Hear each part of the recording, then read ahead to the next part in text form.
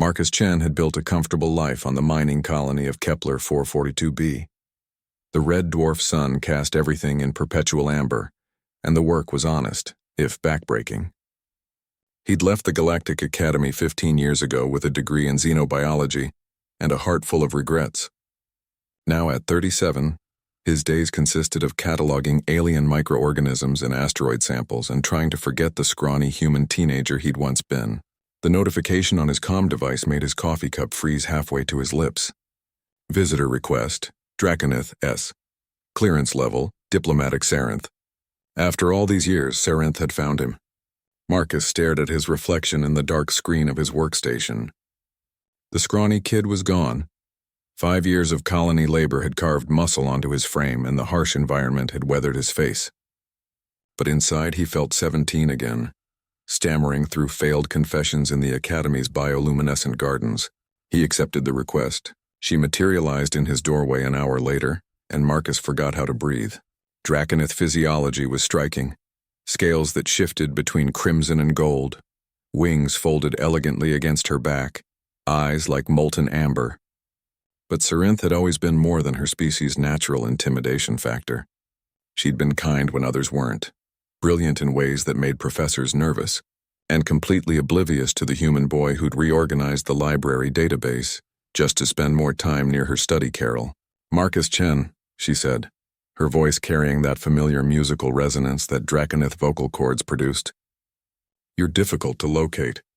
"That was intentional," Marcus replied, gesturing for her to enter. The doorway barely accommodated her wings.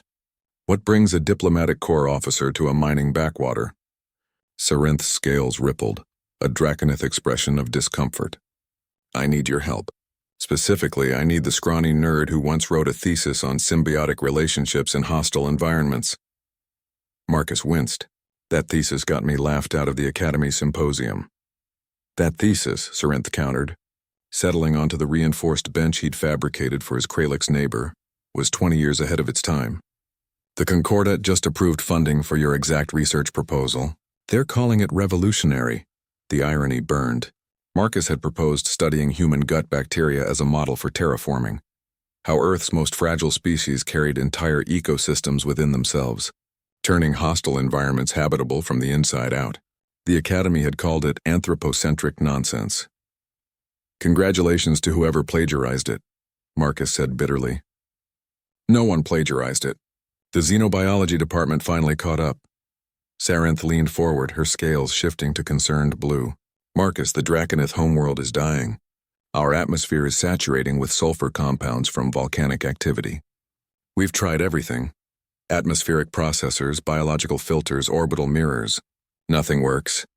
Marcus's scientific curiosity sparked despite himself. "Sulfur saturation? That should be manageable for a species with your respiratory efficiency." "It is, for us." Sarinth's wings drooped, but not for the Pyrolus. Understanding crashed over Marcus like a cold wave. The Pyrolus, delicate butterfly-like beings who'd sought refuge on Draconith Prime after their own world was destroyed. The Draconith had welcomed them, built them crystal gardens, integrated them into society. Sarinth had done 3 volunteer rotations helping Pyrolus younglings adapt to their new home. "The sulfur is killing them," Marcus said quietly.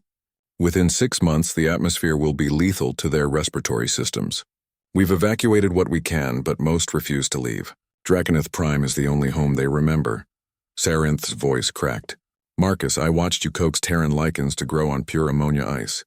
I saw you create a closed ecosystem in a jar that sustained itself for 3 years. If anyone can help us develop symbiotic bacteria to filter the sulfur before it reaches toxic levels."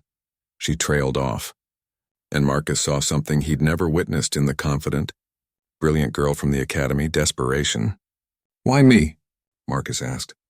"Why not the xenobiology department that finally validated my work?" Sarinth's scales flushed gold, embarrassment or perhaps shame. "Because I need someone who understands what it's like to be underestimated. Someone who chose isolation over fighting for recognition." She met his eyes. "And because I was a fool at the Academy. I knew you reorganized the database.